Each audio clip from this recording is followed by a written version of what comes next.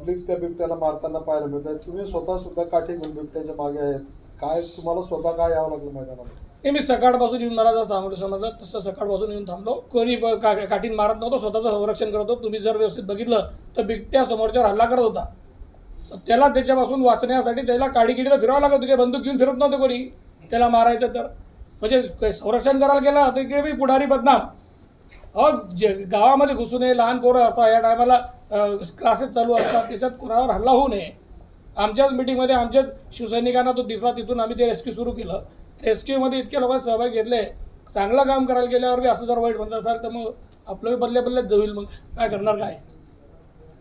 Madam काय सांगाल, या ठिकाणी बिबट्याला रेस्क्यू करण्यात आलेलं आहे, कशा पद्धतीने ते रेस्क्यू झालं, काय काय अडचणींचा सामना करावा लागला?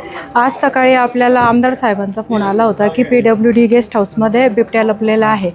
तर त्या अनुषंगाने आपण सर्व प्रशासनाची मदत घेतली. पोलीस प्रशासन, तहसीलदार, CO साहेब यांच्या मदतीने आपण सगळा एरिया रिकामा केला. बसस्टँड रिकामं केलं. पूर्ण मुक्ताईनगरच्या कोल्ह्या आपण बंद केल्या आणि त्याच्यानंतर आपण तो बिबट्या शांत कसा राहील याची काळजी घेतली. त्यानंतर आपण रेस्क्यू टीम बोलवली. रेस्क्यू टीमने त्याला ट्रँक्युलाइज करून आपण त्याला आता पिंजऱ्यामध्ये बंद केलेलं आहे. पुढची काय प्रोसिजर असेल? आता त्याला कुठं सोडणार देणार आहे? कशा पद्धतीने पुढची कारवाई? आता त्याला आपण पकडलेला आहे. आता त्याची वैद्यकीय तपासणी करू आपण आणि त्याच्यानंतर वरिष्ठांच्या आदेशाने त्याला त्यांच्या नैसर्गिक अधिवासामध्ये सोडण्यात येईल. नागरिकांच्या तक्रारी सुद्धा आहेत वन विभागाच्या की 2-3 तासापर्यंत या ठिकाणी पथक पोहोचलं नाही. या काळात जर काही जीवितहानी झाली असते तर त्याला जबाबदार कोण? RFO आणि त्यांची पूर्ण टीम इथे 5 मिनिटातच पोहोचलेली होती. परंतु त्याला काय जो डाट मारावा लागतो, ट्रँक्युलाइज करावं लागतं, त्याचे सगळे साधने हे विभागीय कार्यालयात असतात.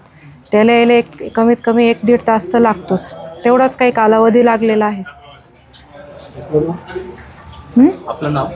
माझं नाव कृपाली शिंदे, वनपरिक्षेत्र अधिकारी, मुक्ताईनगर.